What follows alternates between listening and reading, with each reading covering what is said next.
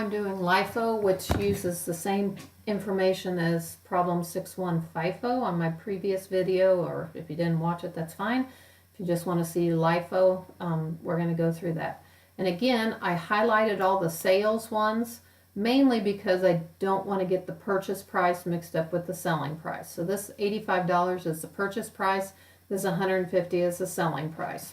So, okay, so the first thing I do is write down the inventory balance, 7,500 at 75. I don't necessarily worry about recording this total cost until I get to the end. These are more important. This is more important. This is especially important. But anyway, first I purchased 22,500, so I put it in the purchases one at $85. That's 1,912,500. Make sure you know the journal entry for that. You will debit inventory, credit accounts payable, or cash. Either one's fine because the problem doesn't tell you. So now I have 2 layers of inventory, and make sure that when you deal with inventory, you notice that you have the inventory. You're just going to look at the inventory in this box because you're rewriting it here. So in essence, I'm starting all over. All right, so now I sold 11,250. This is last in, first in, out.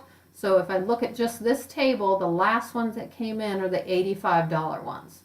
So I sold 11,250 of the $85 ones, and that leaves 7,500, whoops, 11,250 of the $85 ones. So that's just a coincidence, that's the same amount. So 22,500 minus 11,250 is 11,250. So put it in your calculator if you don't believe me there.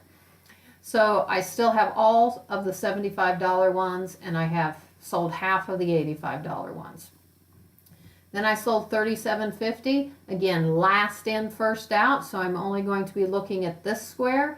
The last ones that came in are the $85 ones, so I sold 37.50 of those, which leaves 7,500 left.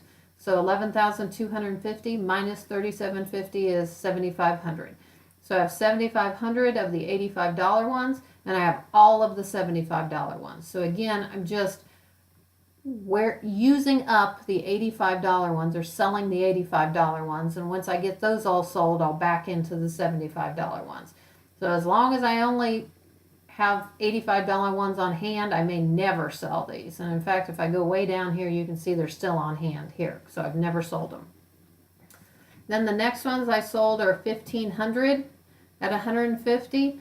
And so that's my selling price. So if I was going to do accounts receivable sales, it would be, for this one, accounts receivable sales would be the 16,887,500, and my cost of goods sold inventory down here would be the 956,250.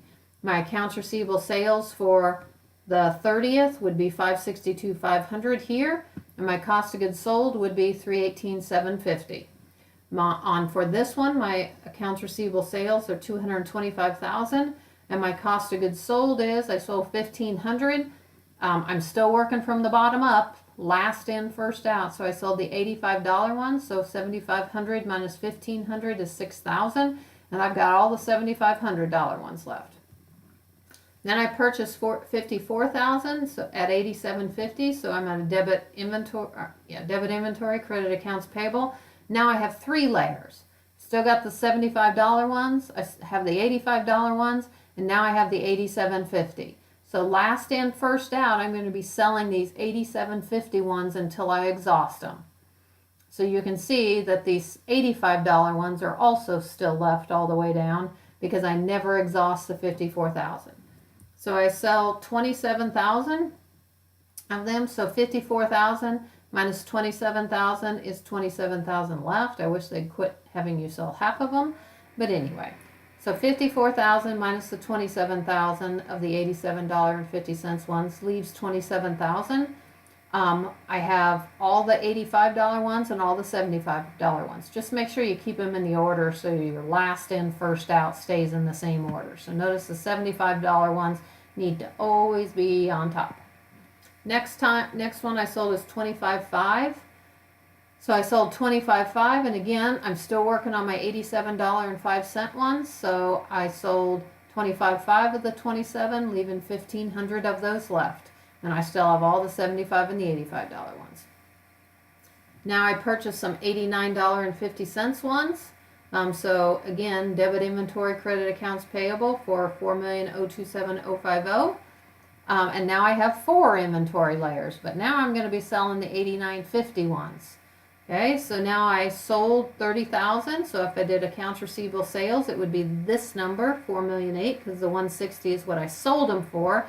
But now I need to figure out which ones, what's the cost of the 30,000 I sold. I know what my selling price is, but I don't know the cost for this entry. So I go here, last in, first out. The $89.50 ones are the last in. So the first one's out, so 45,000 minus 30,000 leaves my 15,000, and I have all these layers still left. So I still have my 4 layers. I just have fewer of the $89.50 ones. Then I purchased 7,500 ones. So now, look, now I have 5 layers. The 75, the 85, the 87.50, the 89.50, and now the $90 ones. And now I sold 26,250. So I really wish they put a total there. I would put a total line, put 26,250. So now I know I've got to add up to 26,250. Okay. Yeah. So last in, first out. I sold these these $90 ones. So again, I need to add up to 26,250. I just kind of put it on my calculator as I go. So first I sold 7,500. So I wipe out all those. Now I go to this line. I sell 15,000. So now that adds up to 22,500. So I still haven't got enough because I sold 26,250 and I'm only at 22,500. This plus this. I wipe out all of those. Add another 1,500 to it. So this plus this plus this is only 24,000, and I need to sell 26,250. So I've wiped out that layer, and then I go up into this layer, and it has 6,000, but these 3 add up to 24, and if I add all 6, I'll be up to 30, and that's too many. So I simply just need 2,250 of the $85 ones. So 6,000 units. If I sold 2,250, I have 3,750 left. And I have all these. So notice I've never ever sold the $75 ones. 50 years in the future, I may still have those $75 ones on my books. That doesn't mean they're in my storeroom. It just means the cost of them is on my books.